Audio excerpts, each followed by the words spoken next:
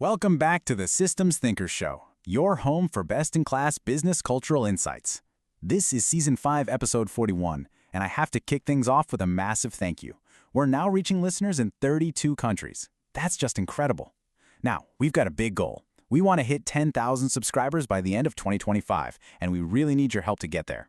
A quick look at the data shows that less than 44% of you who listen regularly are actually subscribed. So if you're getting value from what we do, please do us a huge favor and hit that subscribe or follow button. It makes a world of difference with the algorithm and helps us keep this content coming. Okay, with that said, let's dive right in. Today, we're tackling a pretty controversial idea from Robert Greene's 48 Laws of Power. And we're going to explore how just being aware of concepts like this is actually the key to radically improving your team's culture and performance. This quote here is from Law 33, and let's be honest, on the surface, it sounds pretty sinister, doesn't it? It's the kind of statement that just grabs your attention and makes you lean in. So, Greene's original take on this is all about power dynamics. You know, finding what someone fears or what they deeply desire, and then using it to control them. But, and this is the big question for today, what if there's another way to look at this? This is the central question we're exploring today. Let's see if we can reframe this entire idea from something that sounds, well, negative, into something incredibly constructive. Think of it like this: two sides of the exact same coin. The classic interpretation, over on the left, is all about manipulation, exploiting weakness, gaining control, creating fear. But the path on the right? It totally transforms the concept. Instead of a thumbscrew, we're talking about a personal motivator. Instead of exploitation, we're talking about empowerment. So let's see how this actually plays out in the real world. And that brings us to a fantastic case study about a company called Horizon Components Manufacturing, or HCM for short. And believe me, they were struggling. HCM's leadership team realized their generic, one-size-fits-all approach just wasn't cutting it anymore. They had low engagement, terrible accountability, and productivity was just flat. So they decided to apply a positive version of this so-called thumbscrew principle. So what did they do?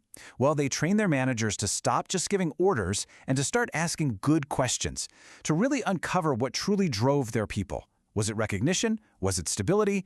Or was it the chance to grow? Then they built this right into their day-to-day systems with structured one-on-one meetings. And the results of this new approach were pretty staggering. In just 6 months, they saw an 18% jump in employee engagement scores. People finally felt like they were seen and valued as individuals. And that new motivation? It led directly to a 12% drop in absenteeism, mainly because people genuinely wanted to be at work.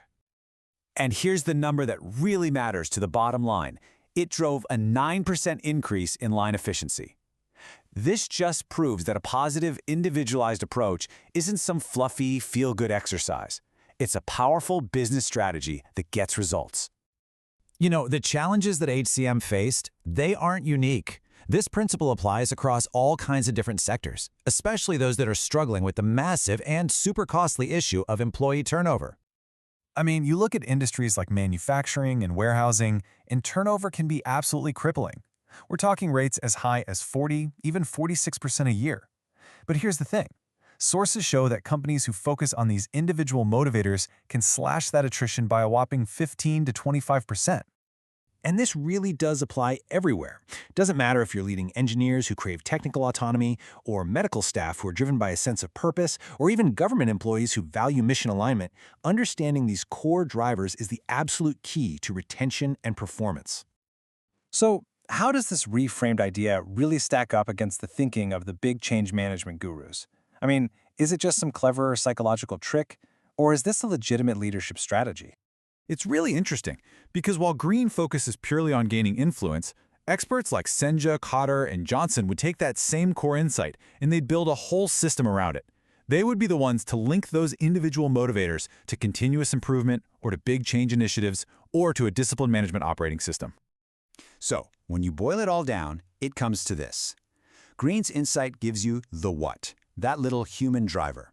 But the gurus, they provide the how, the supportive infrastructure you need for long-term success.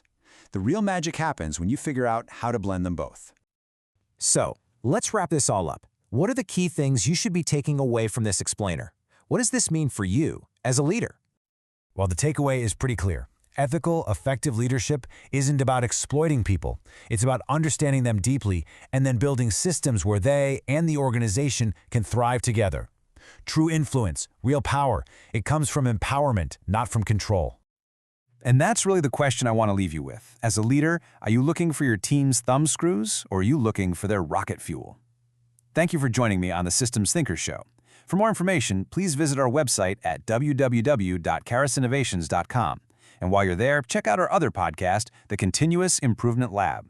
A special thanks to our executive producer and founder, Lenier Johnson. We'll see you next time.